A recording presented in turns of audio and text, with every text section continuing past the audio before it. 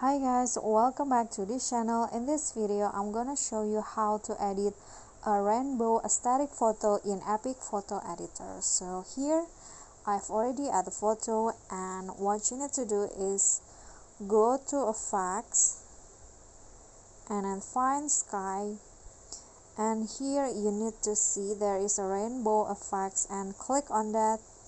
Just wait until the effects apply, and then you can adjust it into your liking. So you can adjust the opacity and also the sky. You can just swipe it right or left, and then you can also adjust the position of the rainbow like this.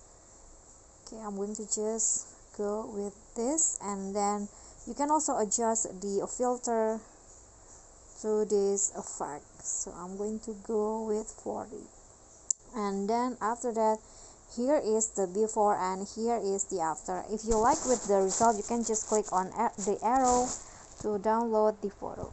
Okay guys, so that's all for me. Thank you guys so much for watching. If you like the video, please do click on the thumbs up icon. Don't forget to leave a comment and subscribe to our channel. See you at the next tutorial. Bye.